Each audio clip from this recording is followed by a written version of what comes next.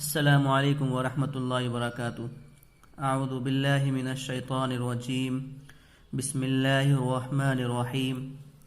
تختی نمبر 12، مشق سکون۔ دیکھیے، اس سے پہلے کئی سبق میں ہم لوگوں نے یہ پڑھا کہ واو کے اوپر جزم، یا کے اوپر جزم ہو، تو آج کے اس سبق میں اسی کو جانیں گے کہ جزم کس کو بولتے ہیں۔ جس حرف پر جزم ہو، جزم کا نشان اس طرح چھوٹی دال کی طرح ہوتا ہے۔ آپ دیکھیں گے واو کے اوپر یا جیم کے اوپر یا کے اوپر اس طرح کا نشان بنا ہوا ہوتا ہے، اس کو جزم بولتے ہیں۔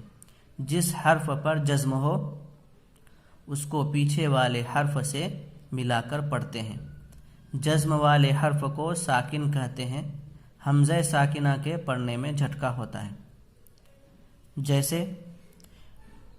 ویسے تو اس میں جزم کو بیان کرنا ہے، سکون کو، لیکن اس میں بہت سارے قاعدے جمع ہو گئے۔ اس میں حروف قلقلہ بھی آ رہا ہے، اخفاء کا بھی قاعدہ آ رہا ہے، یا لین کا بھی قاعدہ آ رہا ہے۔ بہت سارے قواعد کو اس میں جمع کیا ہے۔ چلیے آگے۔ تا جیم زبر تج، یہاں جیم کے اوپر جزم ہے، تو اوپر کیا پڑھا؟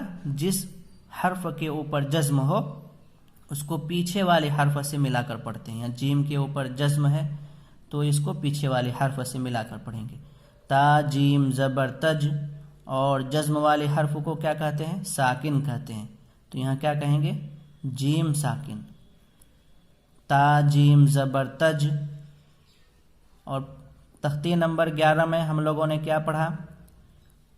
حروف قلقلہ کو۔ حروف قلقلہ کتنے ہیں؟ 5، قاف، طا، با، جیم، دال۔ تو قاعدہ کیا ہے؟ جب ان حرفوں کے اوپر جزم ہو تو ان کو پڑھتے وقت ان کے مخرج ٹکا کھا کر الگ ہو جاتے ہیں۔ جیسے تا جیم زبر تج، را یا زیر ری، تجری۔ یہاں یا کے اوپر جزم ہے تو اس کو پیچھے والے حرف سے ملا کر پڑھیں گے۔ اور تختی نمبر 3 میں کیا پڑھا تھا ہم لوگوں نے؟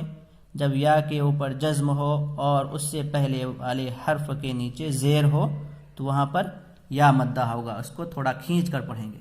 جیسے تجری، تا قاف زبر تق، وا کھڑا زبر وا، تق وا۔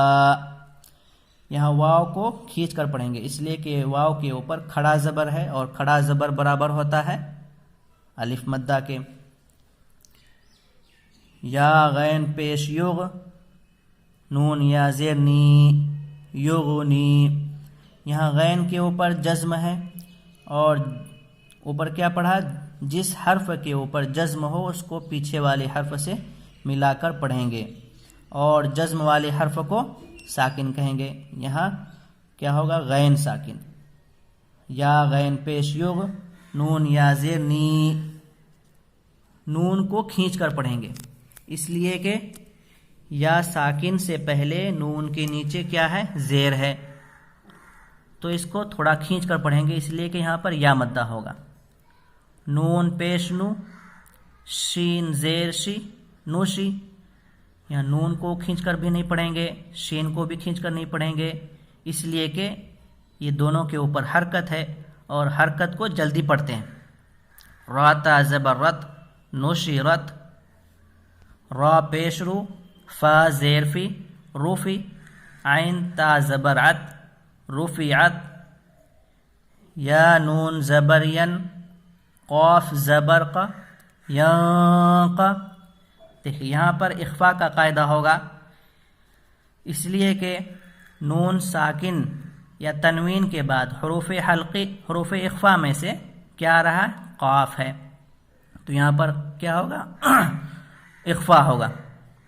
اخفاء نون کی آواز کو ناک میں چھپا کر پڑھیں گے۔ ینق، لام زیر لی، ینقلی۔ با پیش بو، ینقلبو۔ لام یا زبر لی، یہاں یا کے اوپر جزم ہے اور اس سے پہلے والے حرف کے اوپر کیا ہے؟ زبر ہے، تو کیا ہوگا یہاں پر؟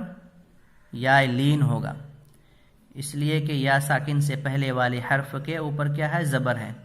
اگر زیر ہوتا تو یا مدہ ہوتا، یہاں لام کے اوپر زیر ہے تو یہاں پر یا لین ہوگا۔ اس کو نرمی کے ساتھ جلدی پڑھیں گے۔ لئی سین زبر سا لیسا،